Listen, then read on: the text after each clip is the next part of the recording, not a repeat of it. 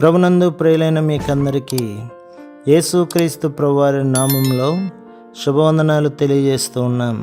దైవజనుడు బ్రదర్ భక్త సింగ్ గారి పరిచర్యలో నుండి అలసిన వాణ్ణి ఓరడించు మాటలు. మే 6. సంతోషించి ఆనందించుడి, పరలోకమందు మీ ఫలం అధికమగును. మత్తయి సువార్త 5వ అధ్యాయం 12వ వచనం. ప్రభువు దూత యోసేపుతో ఇలాగు చెప్పెను, నీ భార్య అయిన మరియను చేర్చుకొనుటకు భయపడకుము. ఆమె గర్భము ధరించినది పరిశుద్ధాత్మ వలన కలిగినది. మత్తయి సువార్త 1వ అధ్యాయం 20వ వచనం.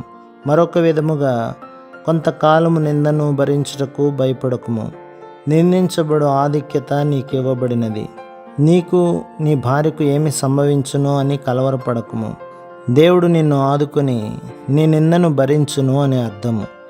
ఎందుకనినా ఆ సమయంలో యోసేపు మరియలకు తప్ప ఎవరికినే సత్యం తెలియదు. బిడ్డ జన్మించిన తర్వాత యోసేపు మరియలు ఎట్టి నిందను భరించవలెనో ఎవరునూ ఊహించలేరు. ఆ తర్వాత దేవుడు ఆ విషయమును ఎలిజబెతునకు బయలుపరచెను గనక ఆమెకు కూడా తెలియను. కాబట్టి వారి ఇరువురు నిందను భరించవలెను. నీవు నీ రక్షణ యందు ఆనందించవలెననినా నీపై వచ్చు నిందలకు భయపడవద్దు.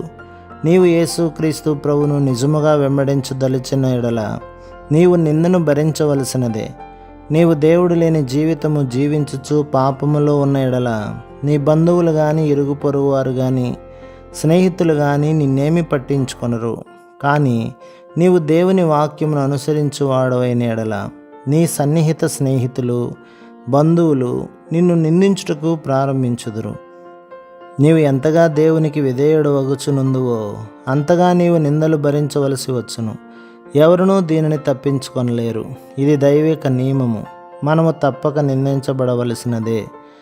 మత్తయి సువార్త 10వ అధ్యాయం 24-25లలో ప్రభువైన యేసుక్రీస్తు ఈ విధముగా పలికెను, శిష్యుడు బోధకుని కంటే అధికుడు కాడు, దాసుడు యజమానుని కంటే అధికుడు కాడు. శిష్యుడు తన బోధకుని వలెను, దాసుడు తన యజమానుని వలెను ఉండిన చాలును. ఇంటి యజమానునికి బయల్జేలేబులు అని వారు పేరు పెట్టి ఉండిన ఎడల ఆయన ఇంటి వారికి మరి నిశ్చయముగా పేరు పెట్టుదురు కదా.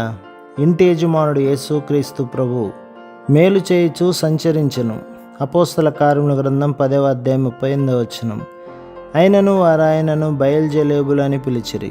నిజముగా ఆయనను ఇంకా అనేకమైన పేర్లతో వారు పిలిచిరి.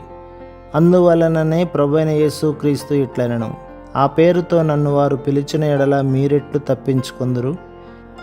ప్రభువు చేత స్వస్థత పొందిన ప్రజలు ఆయనను అనేకమైన చెడ్డ పేర్లతో పిలిచిరి, కానీ ఆయన వాటన్నింటినీ సహించెను.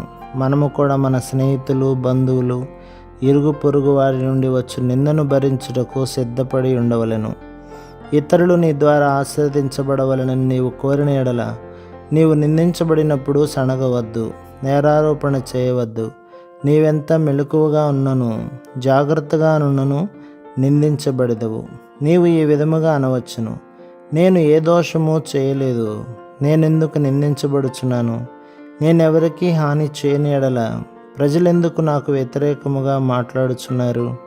యేసుక్రీస్తు ప్రభువు ఎవరికైనాను ఏదైనా హాని చేసినా నిజముగా చెప్పవలెననిన ఆయన ఇతరులకు మేలే చేసెను.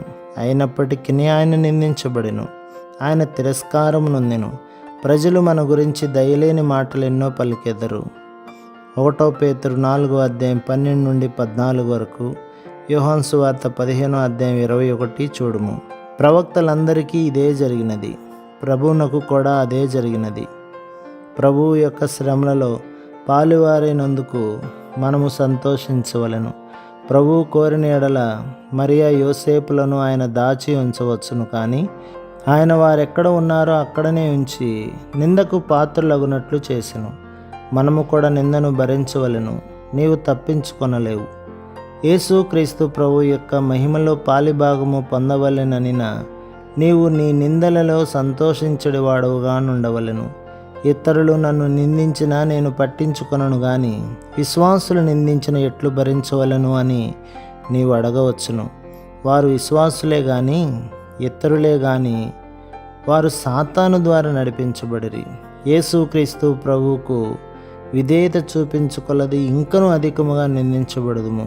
ప్రభు ఇట్లనెను, సంతోషించి ఆనందించుడి, పరలోకమందు మీ ఫలం అధికమగును. ఎలాగున వారు మీకు పూర్వమందుండిన ప్రవక్తలను హింసించిరి.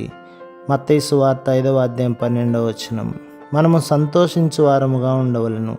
ఎందుకనగా మహిమా స్వరూపి అయిన ఆత్మ మన మీద నిలుచుచున్నాడు. పేతురు రాసిన మొదటి పత్రిక 4వ అధ్యాయం 14వ వచనం. దేవుని సేవకులందరూ, ప్రవక్తలందరూ చాలా శ్రమలను అనుభవించిరి. నిందలను భరించుటకు భయపడవద్దు. ఒక సమయం వచ్చును, అప్పుడు ప్రజలు మనలను అర్థము చేసుకునేదరు. ప్రభు మిమ్మును, మీ కుటుంబమును, మీ సంఘమును దీవించి ఆశీర్వదించునుగాక. ఆమేన్.